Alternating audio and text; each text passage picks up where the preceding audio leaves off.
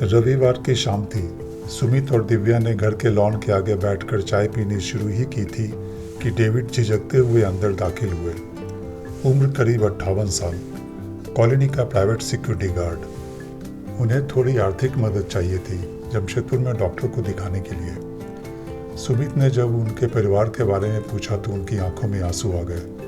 बहुत लंबी कहानी है सर, डॉक्टर को दिखाकर आता हूँ फिर बताऊंगा। सुमित जब पहली बार ज्वाइनिंग के लिए सब स्टेशन आया था, डेविड ही मेन गेट पर ड्यूटी में थे। अक्सर ऑफिस से आते जाते सुमित की उनसे बात होती रहती। कॉलोनी के आसपास का नज़ारा बेहद खूबसूरत था। पहाड़ियों, नदी, हरे मैदानों से भरी वह जगह सुमित और दिव्या को बहुत पसंद थी। सुबह और शाम दोनों पास के एक रेलवे ब्रिज तक टहला करते। नीचे नदी और उसके बाद पहाड़ियों की श्रृंखला, अद्भुत नज़ारा मिलता था।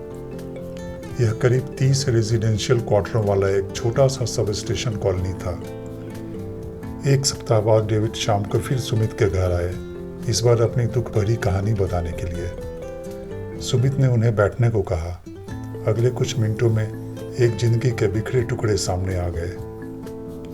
विभिन्न सिक्योरिटी एजेंसियों में नौकरी की, काम में कुशल थे, हर पोस्टिंग में अपने यूनिट के इंचार्ज रहा करते। ज़्यादातर 2 शिफ्ट किया करते। पैसों की ज़रूरत थी। 3 बेटियों की खाते पीते घरों में शादियां हो गई थी। एक शादीशुदा बेटा स्टील कंपनी में इंजीनियर था। सुमित ने धीरे से, लगभग सहज भाव से पूछा, आपके बच्चे इतने अच्छे से सेटल्ड हैं, फिर इस उम्र में ये छोटी मोटी नौकरी क्यों? फिर आजकल आपका हेल्थ भी ठीक नहीं रहता। डेविड ने अपनी कहानी जारी रखी। ज़्यादातर रुपए तो बाल बच्चों की पढ़ाई और शादियों में निकल गए। थोड़ा बहुत जो बचा वो पत्नी के कैंसर के इलाज में चला गया। उन्हें बचा भी नहीं पाए। पिता से मिले पैसों से और कुछ अपनी जमा पूंजी से जमशेदपुर में पहले से ही एक BHK फ्लैट खरीद रखा था। एक दिन बेटे पीटर ने कहा, पापा इसे बेच दीजिए, मैं कुछ और लोन लेकर अपने नाम से 2 BHK फ्लैट ले लूँगा।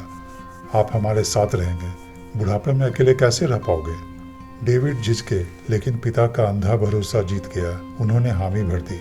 साल भर बाप बेटा ठीक ठाक से रहे। फिर पीटर की शादी हो गई। उसकी पत्नी जूली एक कॉरपोरेट मैनेजर थी, महत्वाकांक्षी, आधुनिक, मगर बेहद स्वार्थी।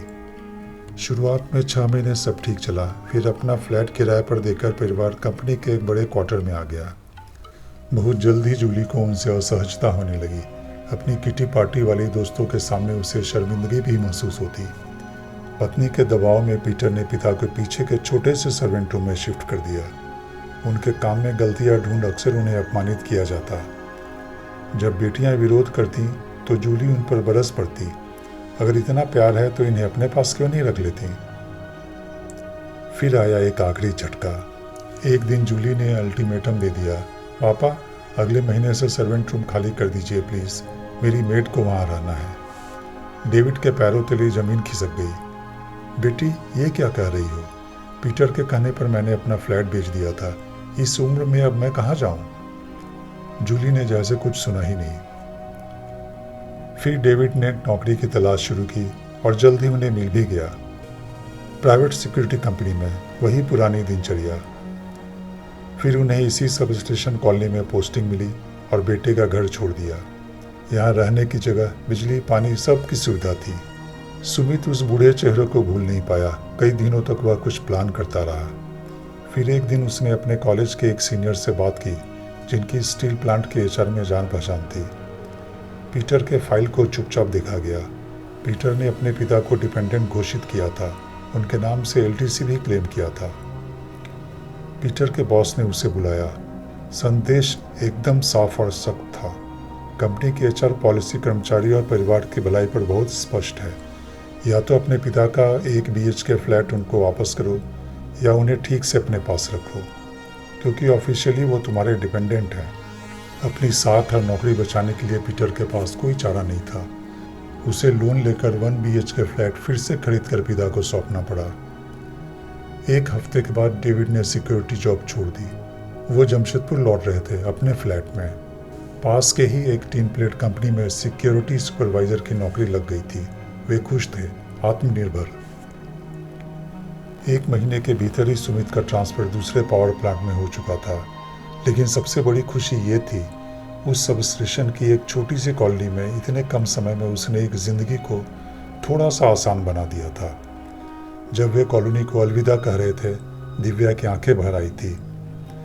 कहते हैं लगाव सिर्फ लोगों से ही नहीं होता, कभी कभी जगह, घर, हाथे, मैदान, पुराने पुल पर बीते कुछ शाम चुपचाप अपना एक अनकहा रिश्ता बना लेते हैं और वो पल हमेशा के लिए मन में बस जाते हैं।